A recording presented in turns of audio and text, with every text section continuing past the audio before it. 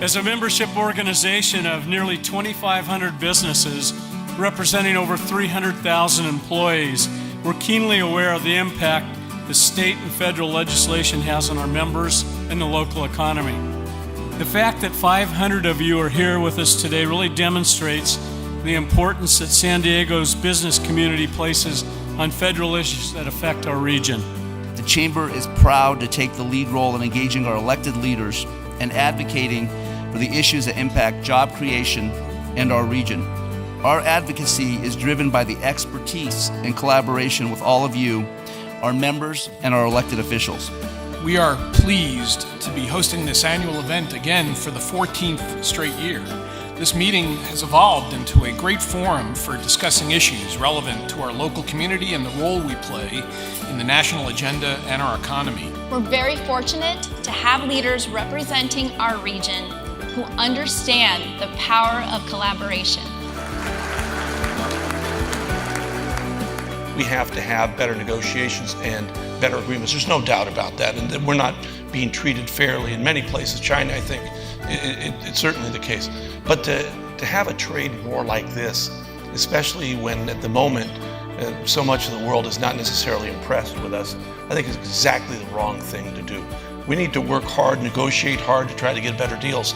But this trade war, I think, is not going to go anywhere. I think it's only going to be bad for us. I think technology at the border is great. There are a lot of things that we can do. I certainly am not supportive other than maintenance of what we have in San Diego. There are some areas that we definitely, if we can come up with the right technologies, can have far more security there. But there's a lot we can do on security, and it doesn't all have to be around building a wall. In 1986, when they did tax reform, they started out by going to every single member and every single senator and said, what do you want to see? They tried to get every vote. They had a unanimous vote out of the Ways and Means Committee because it was real reform. This wasn't reform. It was ideological. It was irresponsible. And it's a wound. It's a wound, and it also sticks in the craw of states like California, which, were singled out for bad treatment. Members have to use their time to deal with problems sometimes half a century old. And we are doing it.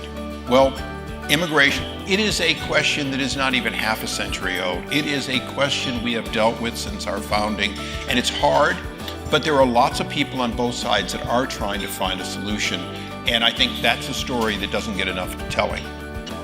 I'd like to point out that in the last few years, the four of you, including Duncan, have worked together to secure nearly $800 million for border infrastructure projects in the region. So please join me in thanking our congressional delegation